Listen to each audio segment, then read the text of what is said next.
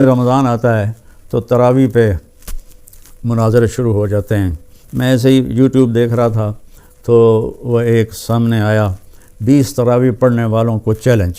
بھائی اللہ کے واسطے یہ چیلنج اپنے پاس رکھو۔ حضرت عمر رضی اللہ تعالیٰ عنہ نے 8 تراویح کا بھی حکم دیا ہے، صحیح حدیث ہے، اور آپ نے 20 تراویح کا 3 وتر کے ساتھ حکم دیا ہے، صحیح حدیث ہے۔ کوئی اس پہ عمل کر لیتا ہے، کوئی اس پہ عمل کر لیتا ہے، دونوں ٹھیک ہیں۔ باقی یہ نوافل ہیں، کوئی 20 پڑھو، 40 پڑھو۔ اہل مدینہ 40 پڑھتے تھے۔ یہ تراویح کا لفظ کہاں سے آیا کہ اہل مکہ 4 رکعت پڑھتے تھے، پھر ایک طواف کرتے تھے۔ ترویحہ کہتے ہیں تھوڑی دیر کے آرام کو، پھر 4 رکعت پڑھ کے اور ایک طواف کرتے تھے، تو اس طرح ان کو تھوڑا آرام بھی ہو جاتا تھا، پھر آگے شروع ہو جاتے تھے۔ مدینے والوں کو پتہ چلا کہ مکے والے تو ہر 4 تراویح کے بعد طواف کرتے ہیں، تو ہم کیا کریں؟ انہوں نے 40 رکعت پڑھنی شروع کر دی۔ تو اس پہ لوگوں کو تشویش میں نہ ڈالیں۔ جو 20 پڑھ رہا ہے وہ بھی ٹھیک کر رہا ہے، جو 8 پڑھ رہا ہے وہ بھی ٹھیک کر رہا ہے، کوئی 40 پڑھ رہا ہے وہ بھی ٹھیک کر رہا ہے۔ یہ قیام اللیل ہے، اللہ تعالیٰ کے نبی نے 3 دن صرف کیا، اس کے بعد نہیں کیا۔ اور ہم تو سب پورا مہینہ کرتے ہیں۔ اس کو حضرت عمر رضی اللہ تعالیٰ عنہ نے جاری فرمایا، اور دونوں صحیح روایات ہیں، 8 کی بھی 3 رکعت 11، اور 20 کی بھی اور 3 رکعت وتر۔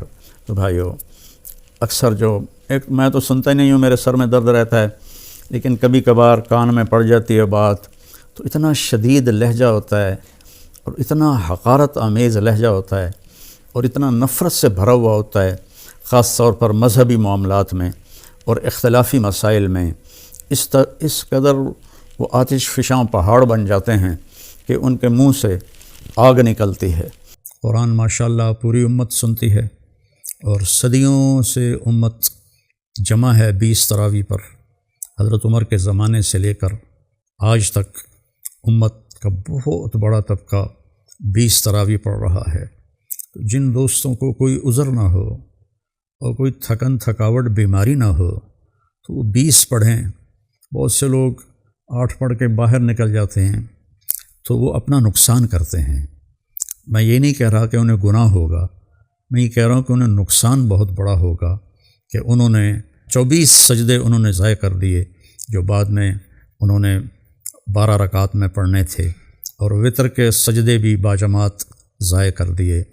تو نوجوانوں سے، صحت مند لوگوں سے میری گزارش ہے کہ امت کا عمل 20 پہ رہا ہے، 20 پڑھنے کی ہمت فرمائیں۔ ہر سجدے پر ایک حدیث میں آتا ہے 1500 نیکی لکھی جاتی ہے۔ تو 20 کے 40 سجدے اور 15 چوکی 60,000 نیکیاں ہر بندہ گھر لے جا سکتا ہے۔ کسی کو عذر ہے، معذوری ہے، وہ 8 پڑھ لے، 10 پڑھ لے، تو وہ کوئی اس میں گناہ نہیں ہے اللہ تعالیٰ، لیکن جتنی مشقت اٹھائیں گے اتنا ہی اللہ ہم پہ راضی ہوگا۔ کثرت سے تلاوت کریں قرآن کی۔ بخاری شریف کی روایت ہے، کانا رسول اللہ صلی اللہ علیہ وسلم اجود الناس، اللہ کے نبی سب سے زیادہ سخی تھے۔ وَأَجْوَدُ مَا يَكُونُ فِي رَمَضَانَ حِينَ يَلْقَاهُ جِبْرِيلُ يَأْتِيهِ كُلَّ لَيْلَةٍ فَيُدَارِسُهُ الْقُرْآنَ۔ اور رمضان میں آپ بہت زیادہ سخی ہو جاتے تھے جب جبریل آتے تھے۔ روزانہ رات کو آپ جبریل کے ساتھ قرآن کا دور فرماتے تھے۔